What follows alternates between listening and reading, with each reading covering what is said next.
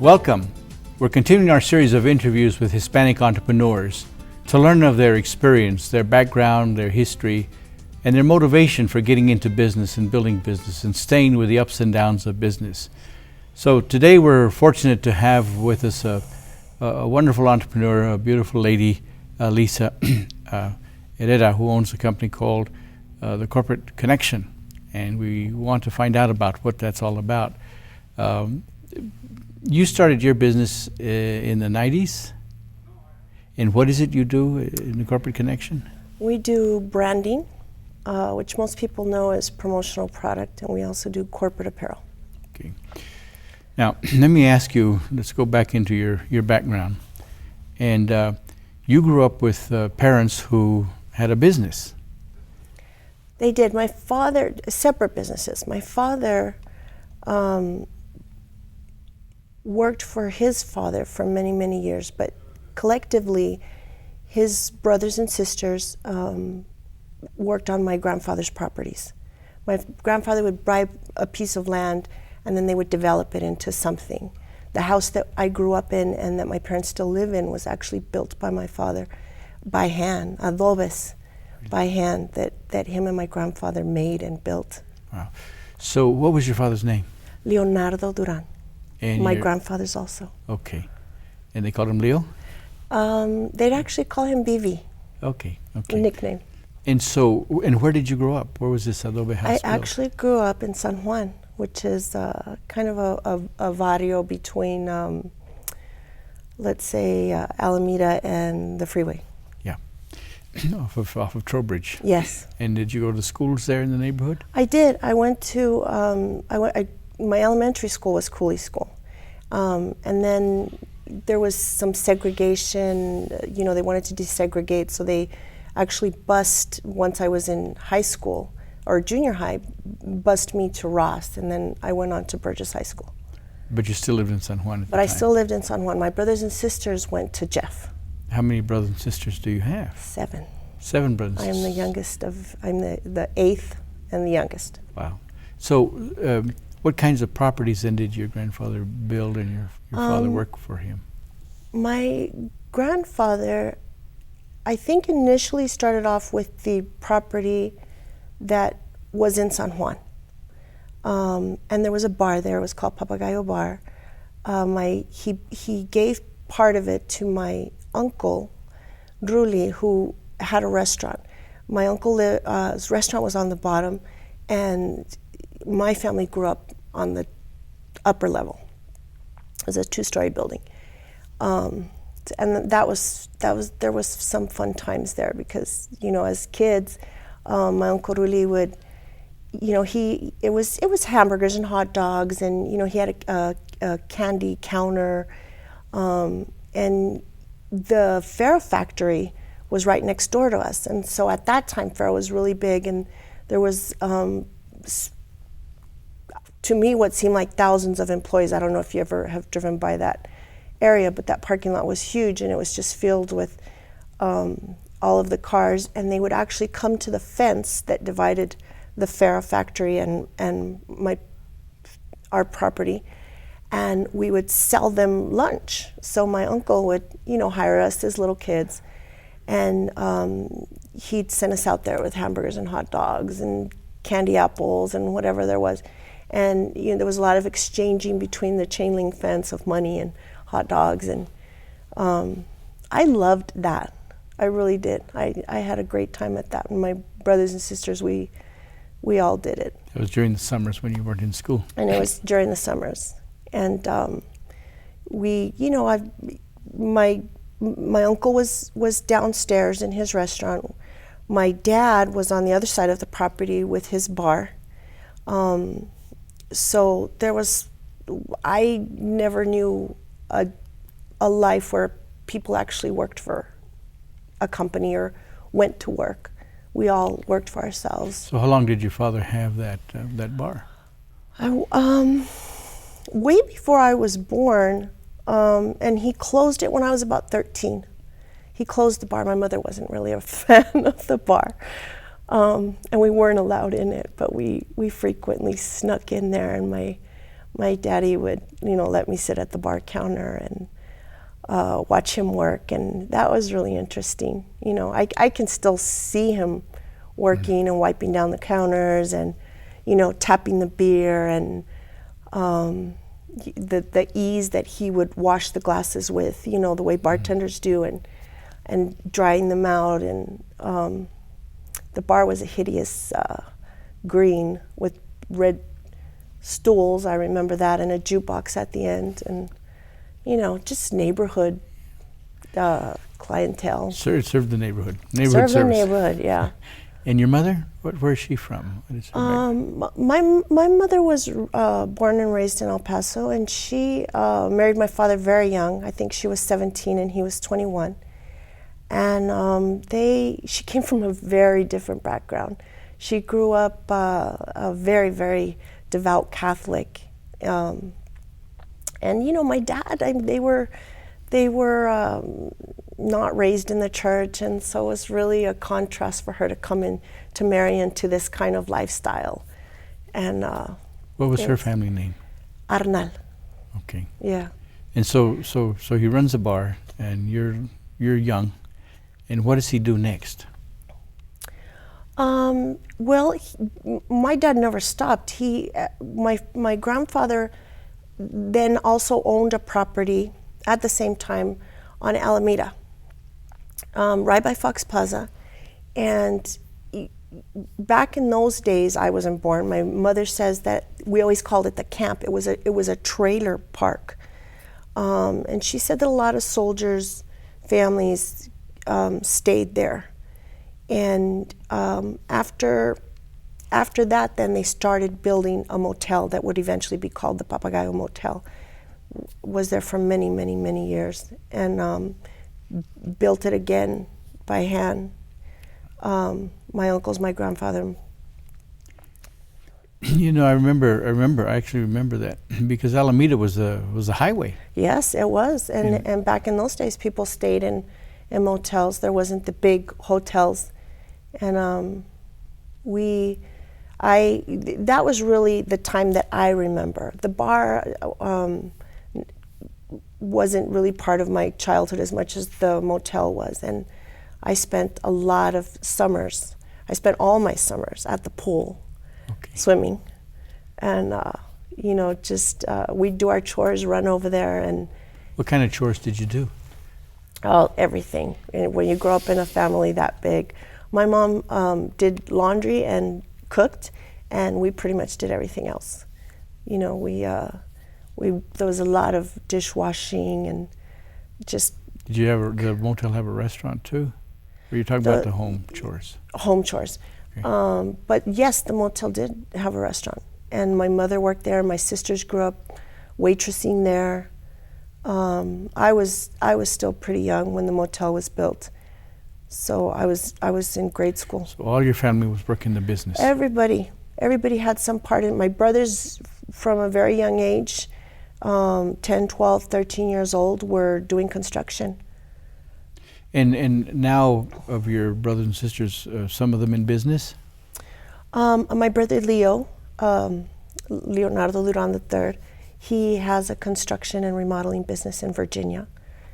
And one of my other brothers, and I'm sure I'll tell you a little bit about my mom, but she had a business, and my brother took over part of it when she retired. So how long did the motel last? I wish I could tell you when it started. They sold it probably in 1984, I want to say, to Chase Bank, and there's a Chase Bank building there now. I'm assuming it was built, 40 years prior. So then the motel is sold. So then what do your dad and mother do then? My father retires, but he doesn't actually retire. The property that we grew up on Glenwood Street, was a large property. Like I said, my Uncle Ruli had his restaurant down below. My Uncle Ruli eventually moves on, And my father, once he had money, he converted the whole building into our home. And so we resided on both floors, and the house was really actually nice, although I was probably the only one to really enjoy it because that didn't happen until my brothers and sisters had left. Yeah. And then your mother went into business on her own after that? And then my mother and my sister was very talented.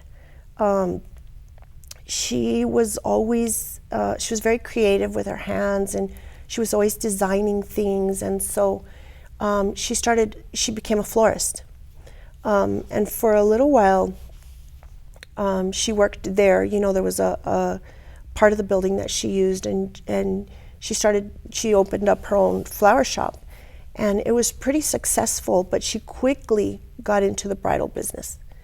And that really took off for her. And my mother partnered with her, and they started this business called Verna's Bridal. And they had it for about 20 years, eventually having 2 stores. And did everything. They started off with flowers, and then they went into dresses, they did shoes, they did veils. And my sister actually designed these dresses, and women from everywhere, the interior of Mexico, would come just to have a dress designed by her. She developed quite a name for herself as a designer, and extremely talented. And did she stay with that business after? Well, you say the business lasted 20 years or so. Yeah, they grew it, and I think it became a little bit overwhelming for them once they opened up the second business. And once I had graduated from high school, I went to work for them, and I worked for my mom and my sister for 10 years or so. And I could see how much talent there was and how this business really would have flourished, but I could also see why it wasn't. I was probably too young to know, to even realize exactly. I mean, I could pinpoint it. I could say a lot of it was the second store just drained them. It was drained them financially, drained them physically. Drained them physically. It was a little bit too much. It was too much of an endeavor. And I think seeing that, I held on to a little bit of that, and then later going into business for myself, I've tried not to make some of those mistakes. But yes, it drained them physically. It put a financial tax on the original business because they poured it into the second store. And their time was divided, their attention was divided. I think it was a necessary move, but I think they should have moved the entire business. Is that because they were doing all the work? It was labor intensive? It was very labor intensive, and I think my sister should have really focused on her talent, and not been. I think she was wearing too many hats, as all entrepreneurs do, and we get pulled. And so after, so what happens? The business finally, they just get tired? The business struggles at that point. Once they opened up the second store, it was open for about 5 years, and the business really starts to struggle. My sister, I can tell that she's just getting extremely tired. She's overworked, and she finally decides that she wants to relax and she wants out. And so my mom keeps the business for a little while longer, and then she also finally retires. And your mother managed both stores? By this time, my mom had closed the original store. Okay. There was a little bit of production going on in the original store because it was on her property. So she keeps it was actually on Mesa, the second store. It was a beautiful store, very beautiful store. And so she keeps that going for about 5 years. By this time, my mom's, you know, in her 60s, and so she's also ready to retire. Was that in Rudolph Plaza? Is that where the store was? It was in, you know, I forgot the name of that shopping center. But it was next to the car lot that used to be. It was across the street from the car lot. Okay. Sun Bowl and Mesa. Yeah. Okay. And so, in the process now, you're working for the stores, and you're seeing some things develop. And what is that? And I really did love working there. And so when it closed, what did you do? Before it closed, there was a lot of, you know, family tension. You know, it was a lot of pressure and a lot of family tension. And right before it closed, I started looking for a job. And so I went to work for Nono's, which was a ladies and children's designer boutique, upscale, also on the west side. So was the family tension due to the struggles of the business? Yes. Really brought all of that came home. It did, as I think it does in many families, you know, that go into business for each other. So was that frightening to you? Was that scary in a sense? It was, and nothing meant more than the relationship that I had with my family. And I think by this time I had just been married. I was, you know, I married my high school sweetheart, and I was still really young, and so you know, I had a conversation with one of my other sisters, and you know, she knew what was going on. She had actually been doing the bookkeeping for the business, and you know, she said, you know, we really need to do what's right, and we need to not add to it, and move on if that's necessary. And I felt that it was coming. I felt that, you know, we had come to that point where it was just too much for everybody. So how old were you when you got married? I was 18. You were 18. Wow. And how many children did you have? 3. 3. Wow.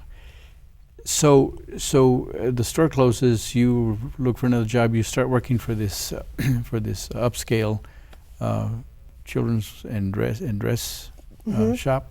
And how long did you work there? About 7 years. Wow. In sales? Yes, in sales. So that's always been my what I've been best at. And you enjoyed that? What did you learn in sales? I really enjoyed it. I really did. It was it's still owned by a wonderful woman. Her name is Ninette Altus. And I really learned so much from her.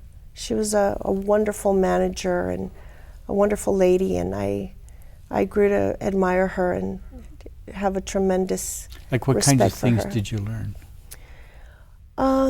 You know, she had this wonderful way of empowering you. As a young woman, you know, she really gave us a lot of power in the store, and she really made it clear about how what the store should look like, how it should feel like, what a customer coming into the store should expect. And it was a really good experience in that she gave us a lot of power to do that. To make it look good. And your husband, what kind of work did he do? He worked for Kellogg's, the cereal company. Okay. In sales? Yeah, he had a marketing degree, and so right out of college he went to work for Kellogg's. Was he still going to school when you married? Yes. So you helped him finish school? Yes. Quite a struggle. Quite a struggle with 2 babies. So you worked there 7 years. Then what develops after that? After I was going to school, also we were both going to UTEP, and we had these two children that were born in succession, and it was quite a bit of a struggle. And so I had finally, these babies were about 6 and 7 years old by now, and he has this good job, and we've got a little money in our pocket now, and things are getting easier, and he says he wants a third one. Well, I was happy with the boy and girl that I had, and so I made a deal. I said, I've always worked retail. I've always worked weekends, and I've always long hours, and so if that's the case, then I want to be able to not put this baby in daycare and raise him and myself, and that was really the motivation for starting my business. So he said, I'll whatever it is you want to do, then I'll support you. So you did then start your own business? So I did. Joanne Wardy, who was another El Paso businesswoman, still is, she had a little store on Mesa called, I think it was called, it was like Home and Gifts, and she did some beautiful home accessories and beautiful business accessories, beautiful desk accessories, attachés, and expensive pins and beautiful things. She'd asked me at one point to if I wanted to earn a little extra money, and she says, she'd pay me a commission and I could go out and sell these things, but what she really wanted to capture was the business, the corporate business of selling these corporate gifts to businesses that wanted to give it to their VIPs, their upper management, their clients. And so I gave it a shot, and I actually sold $10,000 the first time I did it. And I was really happy. I was thrilled with that idea of, you're so limited when you're earning a salary. The idea of being able to know that I could make commission and that really the power was within me to do it and earn whatever I wanted to. That idea, that just really thrilled me. Was your third child already born at the time? He was about to be born. And so after I had done, in that process of going to visit these clients and offering them what I had, they kept asking me, I'd take them a nice clock or a picture frame, and they'd say, well, could you put our logo on it? Could you get it engraved? And then they said, well, do you have coffee mugs? And do you have pens that we could give away? And so once they started asking me for all these things, a light bulb turned on. And I just started saying, there's such a demand for these products that are branded. And I had no idea where they would come from, or I had seen them because my husband working for Kellogg's, we had so many friends that were within that industry. They worked for Kraft, and they worked for Jarritos, and they worked for all of these major food companies. And during food shows, they would trade so much promotional product with us. I had a closet full of it, of mugs and caps and beach towels and umbrellas, and so I knew that this industry existed. I just didn't even know how to start. But that's initially what gave me the idea of going into this business. You saw a market, and you realized that it's something you can do and you enjoy and you know how to do it. You just didn't know where the resources were at that time. I didn't know that there was an industry dedicated to promotional products. So what did you do? Did you start researching? This was before the internet. And so I think the internet had just gotten started, or been started, but it was really difficult. I had asked a couple of questions around, and someone said, there's a show in Vegas that you go to, or there's an association in Vegas. So I brought this idea to my husband. I said, I've been out there and I've been doing this thing, and they're asking me for all these types of products, and so I think that this is really something that I could do. And so I go to Vegas, but I'm at the wrong show. It's actually like a closeout trade show, like maybe dollar store novelty stuff. But there's one company there, and they actually manufacture product, like promotional product, and I guess they're selling off their surplus. So I talk to them, and they say, you know, there's a whole industry dedicated to what you want to get into. And they had one of their catalogs. And it was actually a company that's still around today, Norwood. And it's a wonderful company. They manufacture all types of products. So a lot of these factories sometimes will dedicate themselves to one product, like mugs or drinkware. This company has subsidiaries, and they do just about everything, from towels, mugs, pens, caps, to very nice awards and business gifts. So I brought back that one catalog, and I made some appointments. Meanwhile, I found that I needed to be at the right show, but I made some appointments, and I went out, and again, I sold. I don't really remember what my first sale was, but it was probably in the $10,000 range.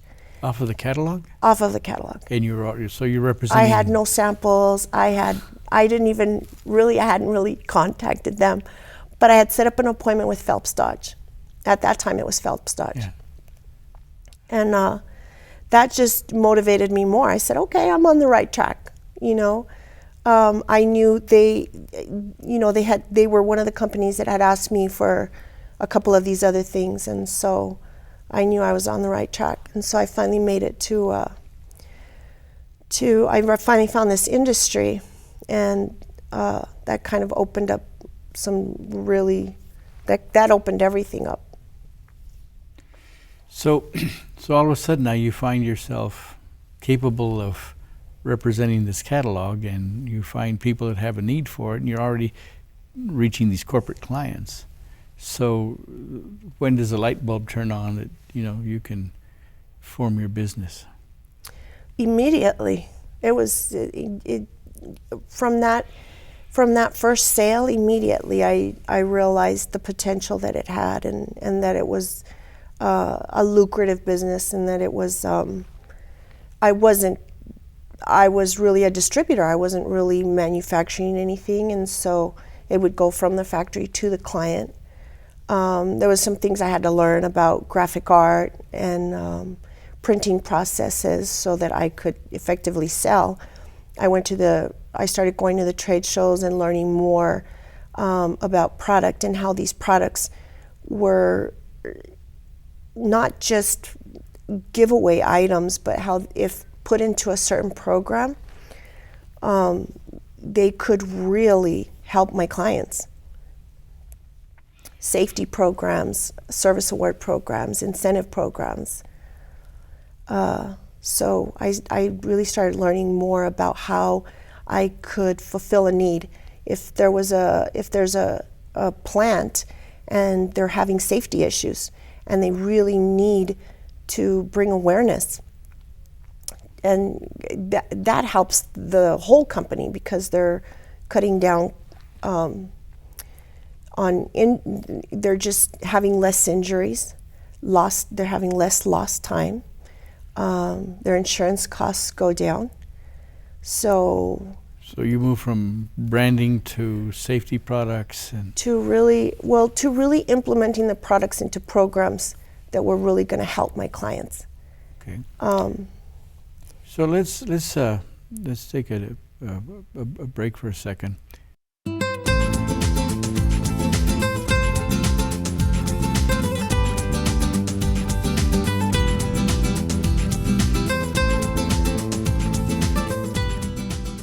Welcome back. We're continuing our discussion with Hispanic entrepreneurs who've built interesting and wonderful businesses. And we're interviewing and talking with Lisa Herrera, who built a wonderful business, Corporate Connection. So you grew up in a family that had business, and so you've always been working in the family business, and your brothers and sisters too. You get married, you find that you can sell. You get into the sales position, and now you're beginning to do your own thing. So you start that because you wanted to have time with your youngest child. Yes. But you're selling at the same time on your own, though. You're not working for anybody now. No, I'm not working for anybody. Did you find that this gave you the time to raise your child? It did. It was probably the best decision that I've ever made. One that has brought me a great sense of satisfaction in knowing that he was with me. I'd have my computer, I'd have my phone, I'd have the playpen, and he was with me that whole time. I never missed a play, a game. And that was important to you. And that was extremely important to me. And with your older kids, it was hard. Like I said, I'd always been in retail, and always working weekends, and it was hard. It was a struggle. Who helped you raise the children? I always had a nanny in our home. My mother-in-law helped a great deal, and and then they were school aged, and so it got easier as they got a little bit older. But I think as a woman, it was as a woman and a mother, I think we want to have it all and do it all, and at that point, I just having them raised in daycare or by somebody else, it just really made me realize what my priorities were and how important it was to have this last one with me. So you found a way to spend time with your child and still earn money selling on your own. And actually more money than I had ever made before. Wow. And so you started representing these products. Yes. So I came up with the name Corporate Connection because I realized that I had a vision of who my clientele would be, of who I wanted my customer base to be, and that was really corporations, larger businesses, and I knew that's they have a marketing budget, and they have an advertising budget, and they have these programs set into place, and so I knew that's where the money was. So you formed your business in what year? It was 1980. It was 1995. So you form your business, the Corporate Connection, and you're representing different companies? Various manufacturers. Within the industry, there's about, I've lost count, but there used to be about 3,200 different manufacturers of this type of product. About 780,000 different products. Wow. Yeah. So you're still raising your child and you form your company and you're making sales. So is there growth involved now with the business side?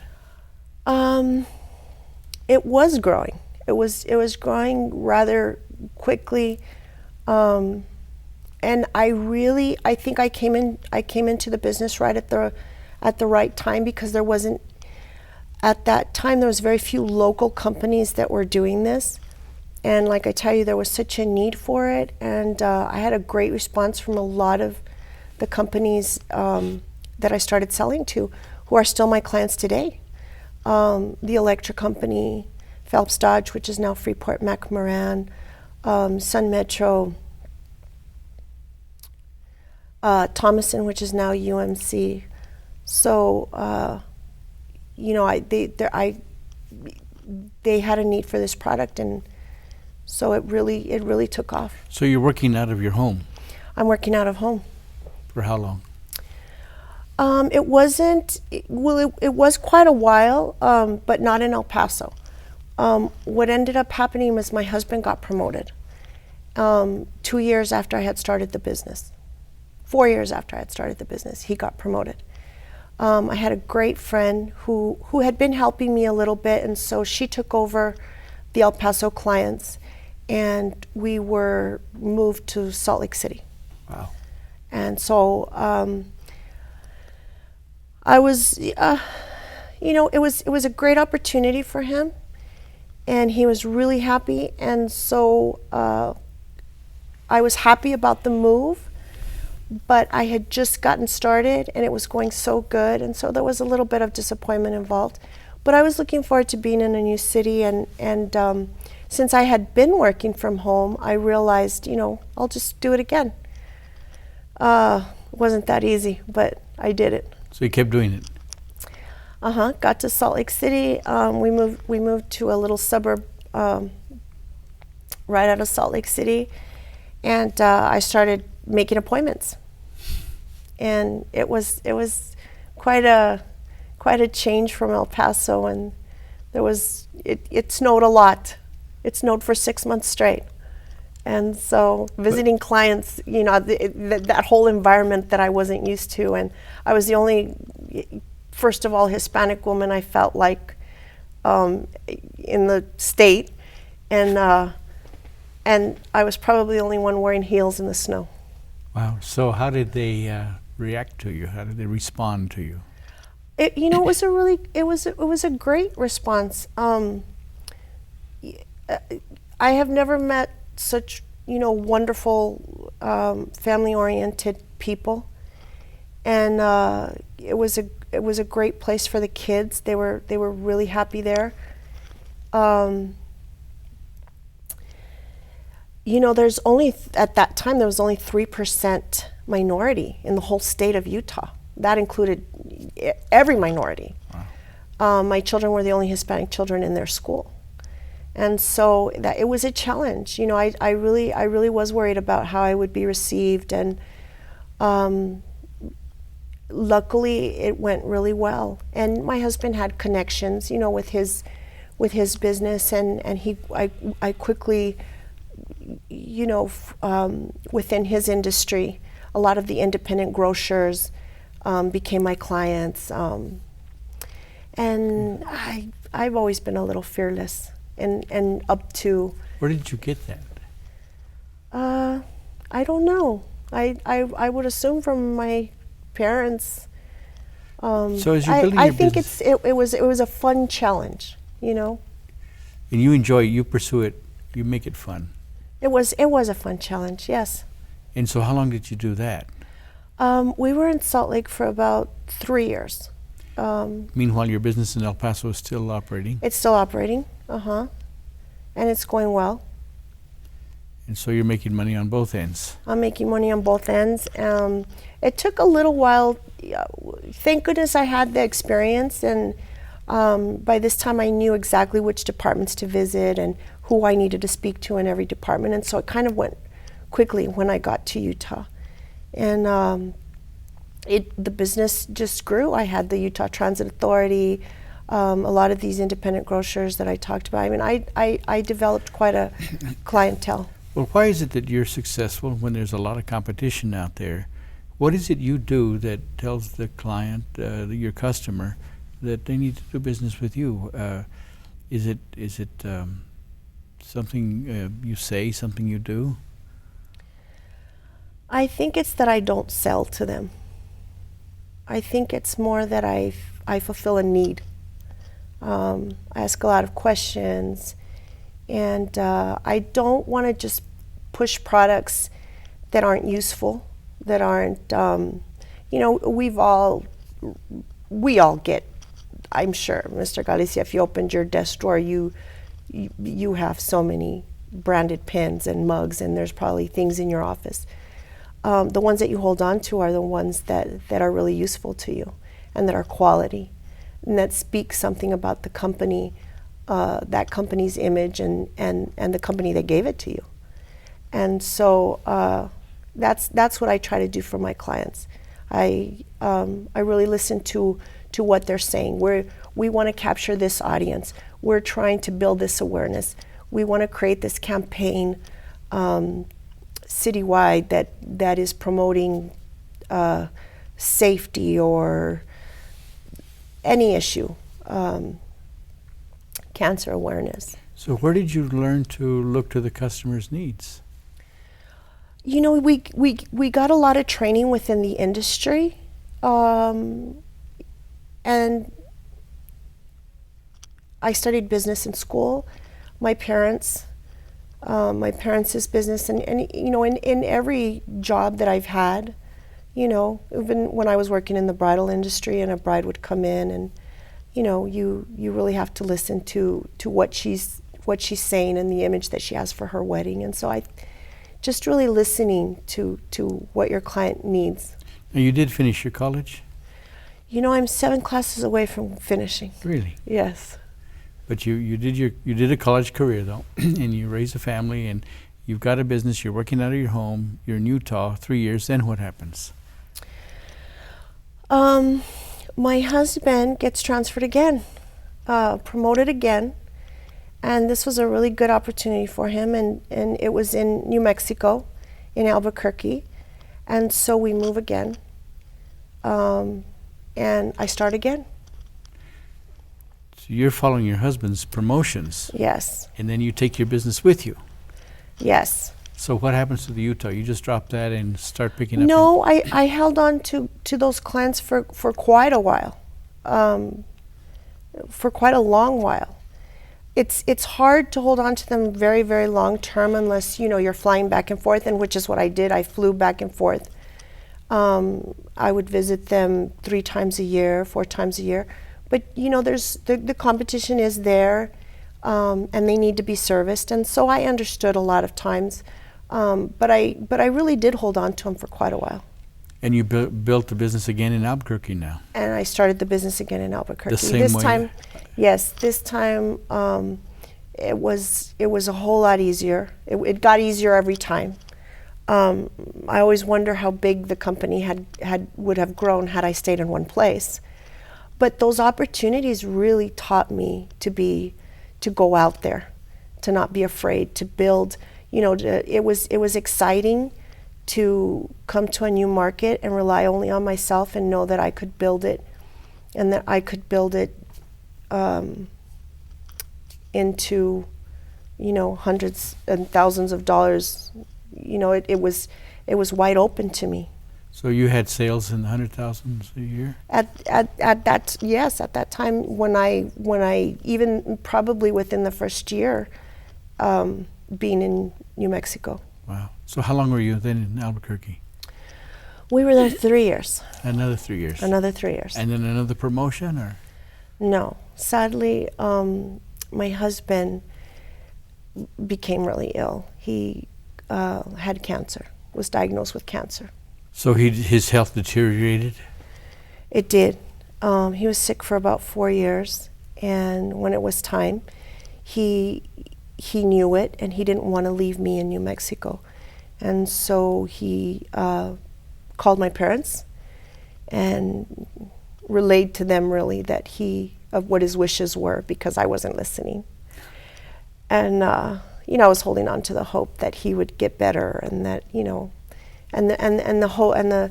it frightened me to go home, because I thought, you know, we're going to go home, he's going to know that I'm okay, surrounded by my family, and he's going to stop fighting. What I didn't realize was that you never stop fighting. What you decide is that your life is, the quality of your life is more important, and when that quality isn't there anymore, it's your decision, and it was his decision, which I fully came to understand and respect. So did you move back to El Paso then? We did. Did he retire from his work or take a medical leave? Yeah, he took disability, and we spent one last glorious year together, where he wasn't working. So he lasted a year in El Paso. A little less, but yes.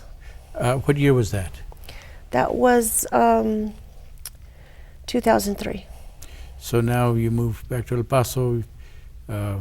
You have 3 children, and now you're a widow. Now I'm a widow. So what do you do? I really, luckily, thank God that the business was still going in El Paso.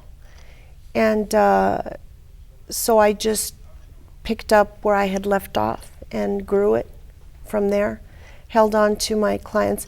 At this time, I had lost a lot of my clients in Salt Lake because it was, while he was sick, it was impossible to go back and forth. I still have some of them today.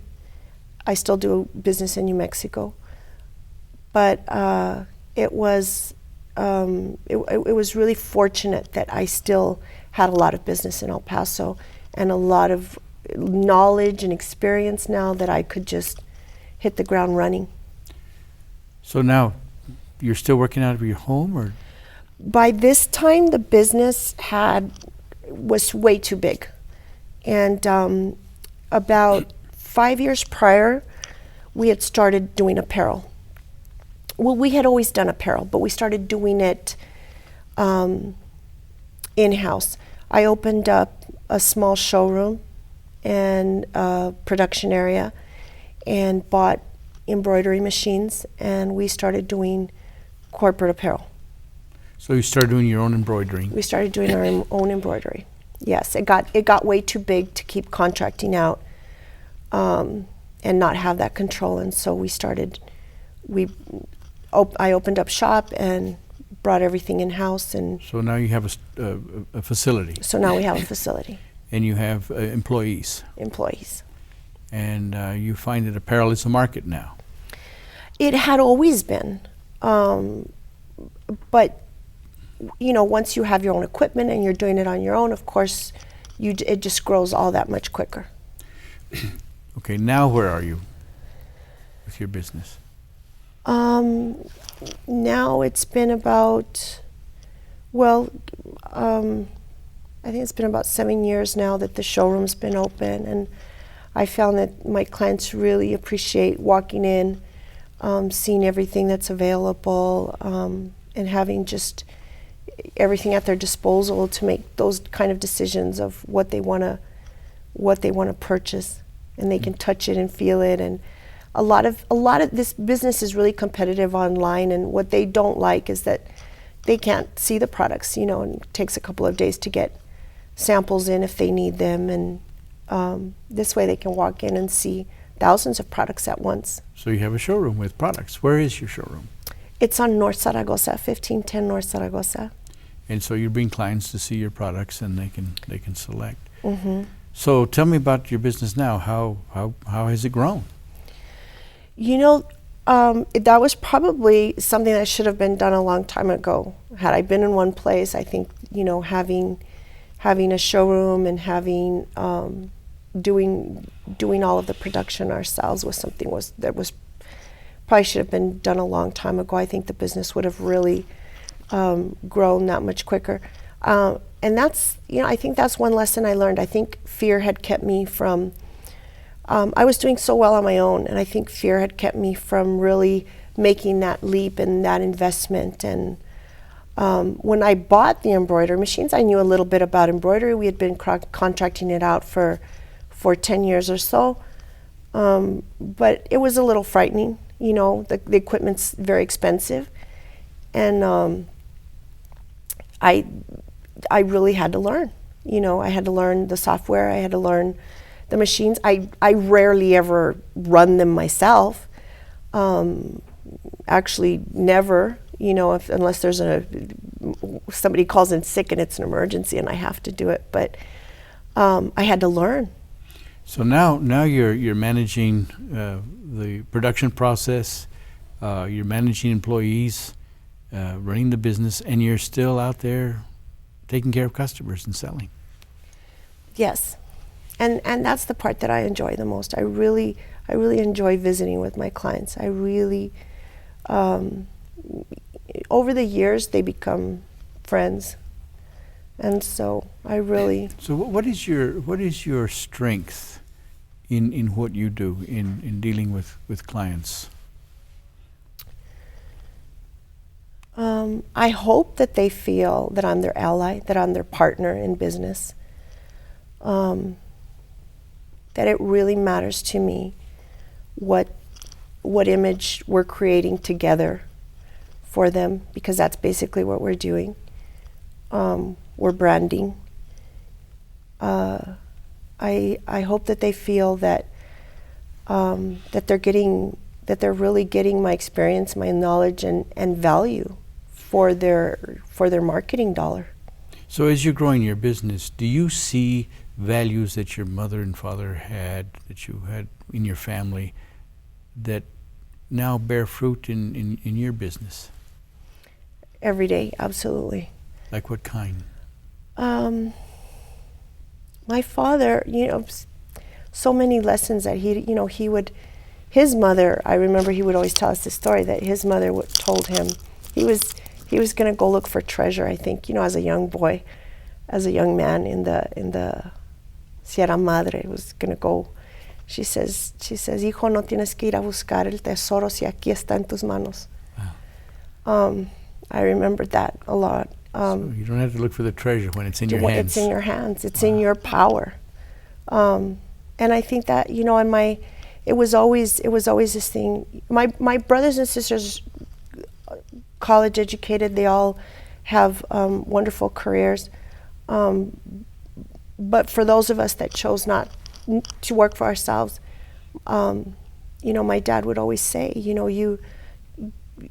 you work for your family, you make money for your family. I remember that lesson. My mother would always, if you stood in the kitchen with your arms crossed, she would say, nothing gets accomplished with your arms crossed. And it was always about hard work. We weren't. I would hear a lot of stories about other families and how they would recreate. They'd go boating and fishing and camping and barbecuing, and I kind of envied that, but that just wasn't who we were. We always worked. So did you bring your children into the business now? One lesson that I kind of learned too was, this was what I wanted. My other brothers and sisters chose a different path. They went to school and they're engineers and they're teachers and they're in human resource but this is what I wanted for me. I wanted my children to have that option too, to choose what they wanted to do. And so the youngest is studying architecture at ASU. The oldest got a finance degree at UTEP, and he's just recently got a job with Lockheed Martin. And my middle child, my daughter, is at UTEP studying journalism. If they come back to the business, that would be wonderful. It's theirs. They've all helped in some way, and they're huge. So what messages are you communicating now as you're finding a place where you have found some success? What messages are you seeing that your children are picking up or have picked up? Definitely that spirit and that drive to be a force of doing and of good. So what's the next step for your business? There's a lot of next steps. We've grown. We're attracting larger and larger clients, and I've thought about expanding our production facility, which really needs to happen within the next year, couple of years. Getting a larger facility, more equipment, adding a couple of more people to the sales force. So we've got plans for growth. So if somebody was to ask you, how do you learn how to run a business, how would you respond?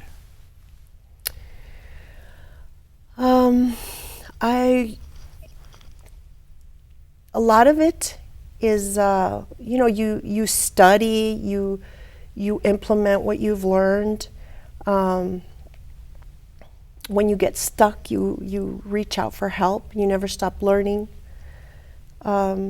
It's always, you always try to stay one step ahead, which is very difficult. There's so many pitfalls and obstacles, and I've really learned not to think about everything all at once. I really try to just focus on what the business is asking me for, and really concentrate on that, because if you look at the big picture and everything that you're responsible for, it's sometimes can be very overwhelming. So like, what are challenges you're having to deal with now? Oh, there's capital is always a huge challenge. Contracts get bigger, we win bids, financing them is always a struggle. But it's really important to build a relationship with, a really good banker. And so that's how you've been able to manage your finances? That's how I've been able to manage. I've really created a really good relationship with my CPA. He's been wonderful. He's really helped me stay on track, get back on track. He's introduced me to people in the financial sector that have been able to loan me money. Now we're working with the SBA on this expansion that we're planning on doing, and so it's that's key, I think, to any business. So you're expanding. So as we come to the end of our interview, I'd like to ask you, what message do you have that what is your legacy? What message is it that you have that might be important to people thinking about business? I think the main thing is to do what you love, is to do what really inspires you, because your business becomes really such a huge part of your life. So much of your personality and who you are is tied up into it. My friends won't go usually to my house, but they'll always stop at the business.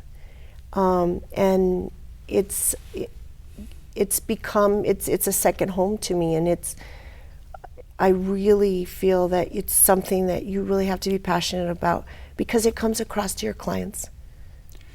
Well, you've certainly had a life of decisions that you've had to make, in circumstances and changes that you've survived. You've continued to survive and grow, and certainly have that drive and enthusiasm, and you certainly are inspiring, and I can imagine the strength that it takes to raise a family by yourself and to run a business.